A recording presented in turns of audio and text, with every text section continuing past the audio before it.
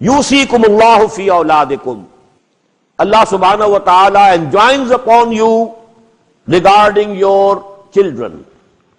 لِلذَّكَرِ مِثْلُ حَظِّ الْأُنْثَيَيْنِ. This is a very profound place of the Quran.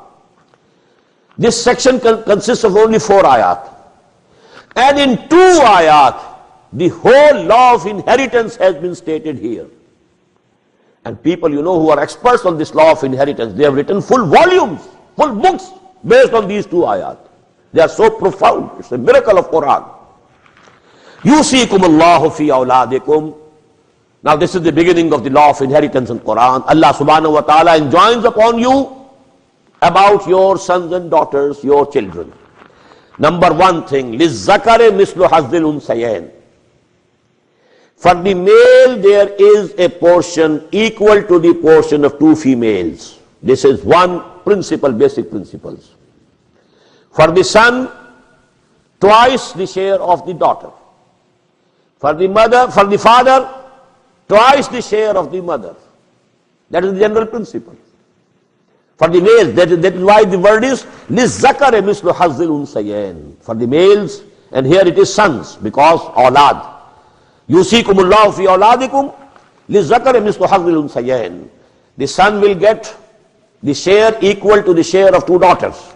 فَإِن كُنَّ نِسَاءً فَوْقَ اثْنَتَيْنِ. But if there are only daughters, more than 2, or even 2 also, فَلَهُنَّ ثُلُثَا مَا تَرَكَ. They will have only 2/3 of the property of the deceased, not all of it. The 1/3 will go to some other people, That is not discussed here, that is given by the hadith. فَإِن كَانَتْ وَاحِدَةً. And if it is only 1 daughter, the only daughter, no son, no other daughter, she will inherit فَلَهَا النِّصْفُ, half of the property, not the whole of the property. The rest half will go to some other people, to the brothers of the deceased, etc., etc. But if one daughter is the inheritor only, she will have only half. What does it mean? If there is only 1 son, then the whole property will be inherited by him. The son will, because لِلذَّكَرِ مِثْلُ حَظِّ الْأُنْثَيَيْنِ. Because for the male, the share is equal to the share of the 2 daughters, two females. So if there is only 1 son, he will inherit the whole property. If it is only 1 daughter, she will have only half. وَلِأَبَوَيْهِ لِكُلِّ وَاحِدٍ مِّنْهُمَا السُّدُسُ مِمَّا تَرَكَ إِنْ كَانَ لَهُ وَلَدٌ. Now you come to the, parents. If the deceased person has progeny, has sons and daughters, then to the parents, to the father and mother both, 1/6 will go. That is 1/3 in total. لِكُلِّ وَاحِدٍ مِّنْهُمَا السُّدُسُ, 1/6. From what the deceased has left, if he had some sons or daughters. فَإِن لَمْ يَكُنْ لَهُ وَلَدٌ وَوَرِثَهُ أَبَوَاهُ. And if the deceased had no sons or daughters, no offspring, now the only inheritors, the sole inheritors are the parents, father and the mother. فَلِأُمِّهِ الثُّلُثُ. Then for the mother will be the 1/3 of the whole of property. Now if the 1/3 goes to mother, what goes to the father? 2/3. Again it is complete. فَإِن كَانَ لَهُ إِخْوَةٌ فَلِأُمِّهِ السُّدُسُ. But if there are, brothers and sisters of the deceased, then for the mother will be 1/6. مِن بَعْدِ وَصِيَّةٍ يُوصِي بِهَا أَوْ دَيْنٍ. And this distribution will be made after, if any bequest had been bequeathed, that will be fulfilled.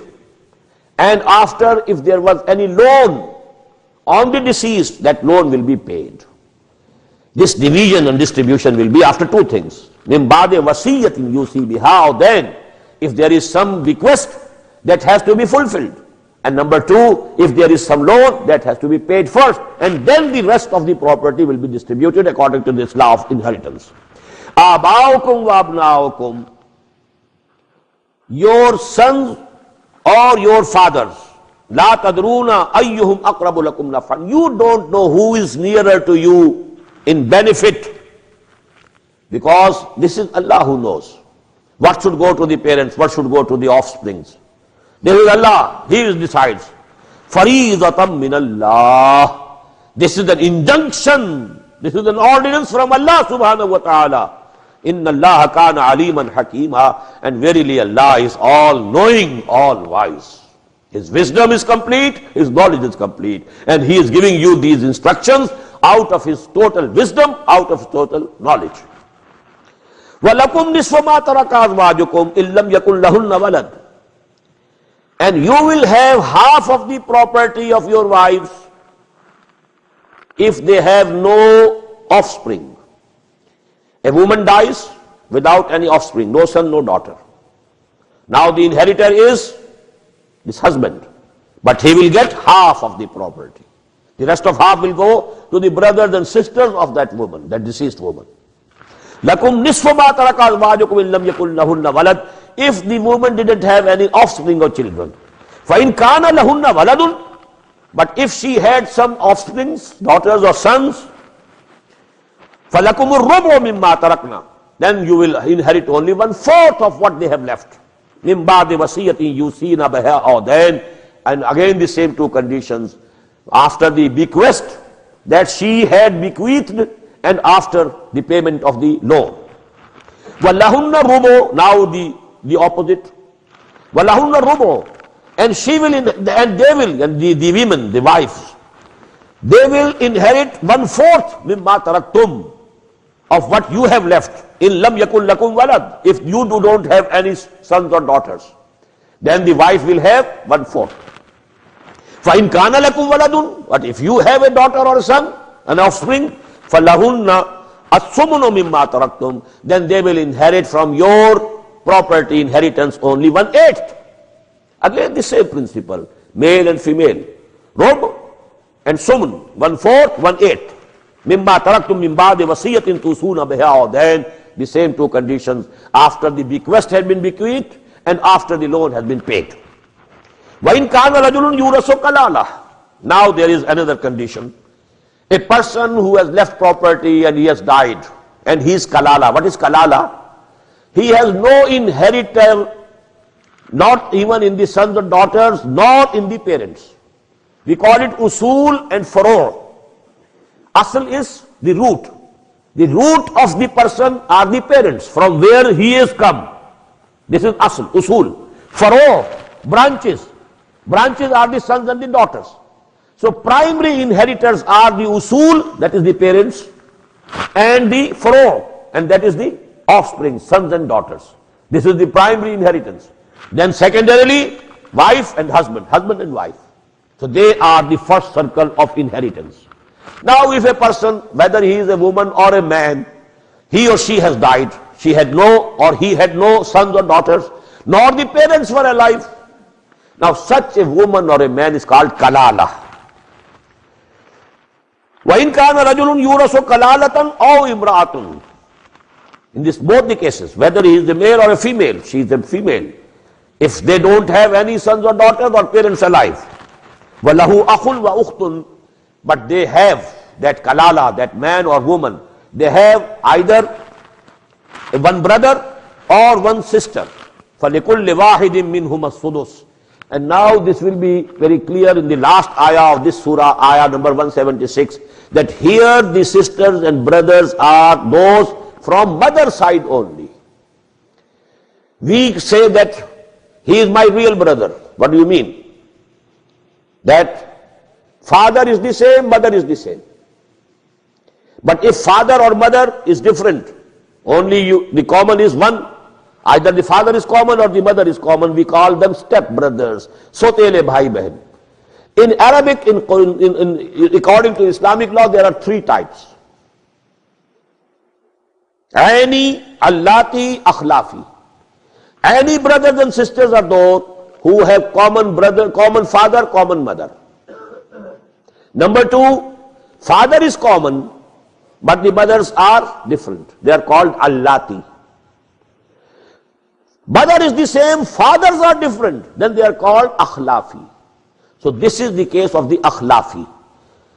According to the Sharia, if the father is common, it is irrelevant whether the mother is common or not. They are real brothers, real sisters. Mothers may be different, because it is the male, the father, who is the decisive factor. So they are called reals. Akhyafi, for the akhyafi, where only the mother is common, fathers are different. This is the case of the akhyafi.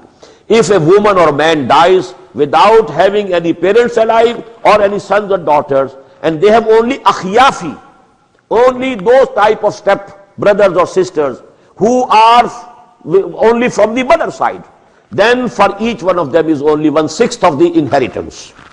فَإِنْ كَانُوا أَكْثَرَ مِنْ ذَلِكَ فَهُمْ شُرَكَاء. If there are so many brothers and sisters, then the property will be divided among them. This 1/6 will be divided in sulus. 1/3 will be divided between them equally. مِنْ بَعْدِ وَصِيَّةٍ يُوصَى بِهَا أَوْ دَيْنٍ. And this will also happen after that wasiyah, that bequest has been completed, fulfilled, or the loan has been given. غَيْرَ مُضَارٍ, without harming anyone. What can be the conditions of harming? For example, somebody has made a bequest for his own son. He had crossed the limits of the Sharia. For those whose share in inheritance is fixed by Allah subhanahu wa ta'ala, you can't give any wasiyah for them. La wasiyat li warisin. So if somebody has done something wrong, well, that must be rectified. The divine law will be supreme.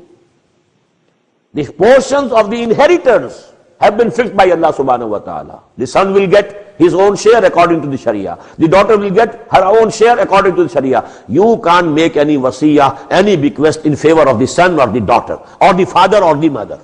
This bequest can be for others, for some charity works, for some other distant relations, for some orphans, and so on.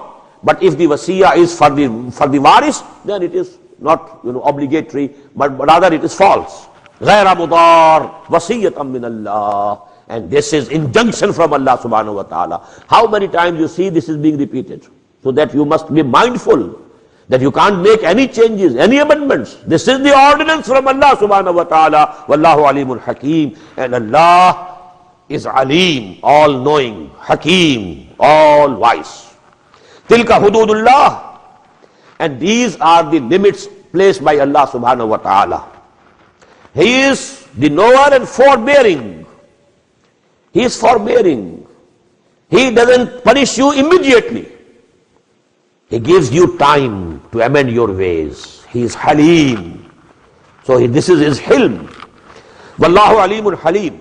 Tilka hududullah. These are the limits placed by Allah subhanahu wa ta'ala. Again the emphasis.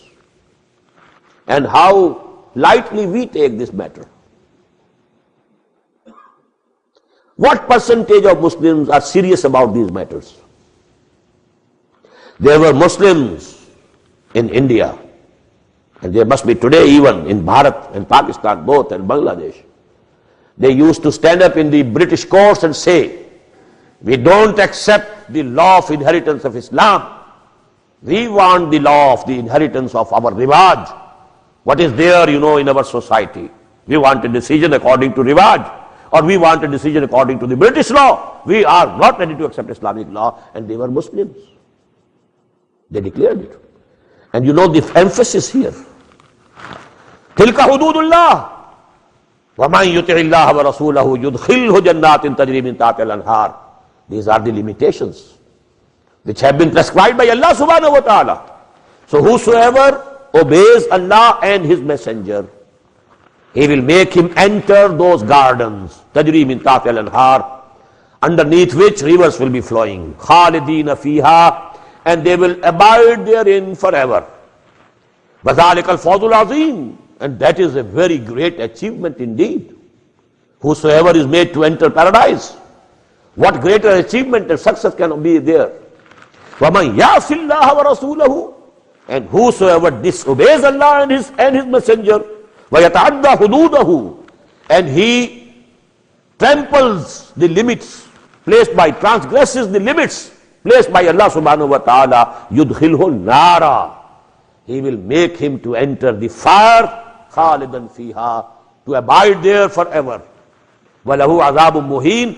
And there he will have a humiliating chastisement, punishment.